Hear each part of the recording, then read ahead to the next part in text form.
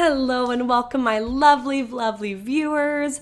I have to apologize because the content part of this video was filmed without, I totally wasn't thinking, and I did not have my microphone connected. So I am so sorry about that if the audio is a little bit unclear. However, I am so excited to be talking to you guys about these two books. It ends with us and it starts with us. This one I have just recently finished, so I am just so ecstatic to talk to you guys about Colleen Hoover's masterpiece. Thanks for tuning in. Hi guys, and welcome to All Things Bookish. I am so excited to be back. It's been a little while. Life has been a little bit busy, so I am so excited to be doing this video. I'm going to be talking about It Ends With Us by Colleen Hoover. I have to say, this will be a video with no spoilers. It's going to be hard to not reveal anything, but I just want to start right off the bat. I absolutely love this book. I feel like I kind of put this off a little bit because it was just so hyped up and I didn't know if it was going to quite meet all that hype and all that rave. But I am so excited to say that it absolutely went above and beyond to meet those standards for me. So It Ends With Us. I'm so excited. This book is actually going to become a major feature film. I believe that I think it'll be coming out probably next year. I'm hearing, which I cannot wait for that. I think this would be just an incredible movie. I have to say, as soon as I probably got to about the middle of the book, I had to pick up It Starts With Us, which is Colleen Hoover's sequel, which carries on the story of our main characters, Lily, Ryle, and Atlas. So, oh my goodness, just so much to say about this book. I was honestly, I wasn't hooked right at the beginning. I have to say, I think it took me maybe 3 to 5 chapters to really get to the point where I didn't really want to stop reading. I just wanted to keep turning the page. It's not too long of a book. It's about, 370-ish pages. So you can get through it super fast. Probably take you, you can get through it in probably a week, or if you have maybe a free weekend, you probably get through it in about a weekend if you're just powering through. But I really loved this book. I loved the characters. It turned out to be not at all what I expected or I thought it was gonna be. So that was, it was kind of unpredictable for me. So that was really interesting. A romance that wasn't super predictable. I couldn't really pan out what was going to be happening. So that was a really awesome element to this book. It just definitely was such an emotional read.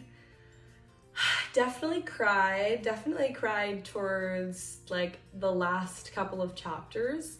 And when it was over, I was so sad. I feel like every time I finished a book, I just have a grieving period where I mourn that I won't get to read that book anymore. But luckily, Colleen Hoover did come out with a sequel, and I just realized that the book kind of matches my outfit right here. But yeah, so she just is an incredible writer, and I don't know why it took me so long to read this. It kind of makes me mad that that I took so long. I think with super hyped up novels, just I saw this book everywhere, everywhere you'd go, all the bookstores and just so many advertisements about this. I think also due to the feature film that's going to be coming out pretty soon. but it's just been so hyped up. And so maybe that I was like, oh, I don't know. I'm like always kind of wary about really, really hyped novels. Don't know what hyped kind of anything. I'm always like, skeptical. But it took me too long. And I can honestly say, for me, it lived up to its hype. I got so attached to these characters. Like, Lily is just she's such an incredible character. She's just so admirable. She's so strong. She's so wise beyond her years. She's truly just such an inspiration. I loved reading about this character. Like, she was a protagonist that I truly was like, I was just rooting for. I was like, please let all the good things happen to you. I really was overwhelmed by this book and just how beautifully written, and just the message within this book that I didn't expect. I didn't expect the message to be so powerful. And again, I'm gonna try not to lead us astray and give us any spoilers, but the message was really beautiful, really inspiring, and really powerful. Which is why I just knew I had to pick up It Starts With Us, which is I'm expecting just going to be equally beautiful. So I just wanted to give us like a quick little rundown: the characters, the plot, the just element of surprise, and how important this message was, and just how much you really connect with these characters. They're so relatable, but yet they're so complex. Like, I felt like her writing, Colleen Hoover's writing style, is just it just brings you into the room. Like, you just kind of feel, and I've said this about authors before, but like an author who can really just bring you to the center of the story, make you feel like you're a part of it. I felt that way about this book. Again, I'm another bandwagoner, but I really, really loved this story. It ends with us. It was fantastic. So A+. I honestly don't really rate books often, but I would seriously give this book a 5 out of 5. I think it's one of my favorite reads. I think this is my favorite read this year so far. So definitely will be reading the sequel.